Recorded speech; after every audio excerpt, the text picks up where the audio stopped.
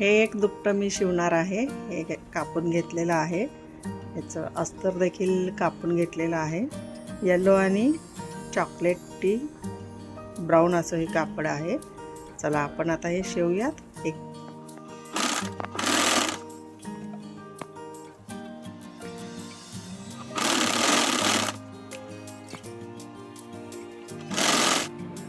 मी fish टाईपचं दुपटं शिवलेलं आहे.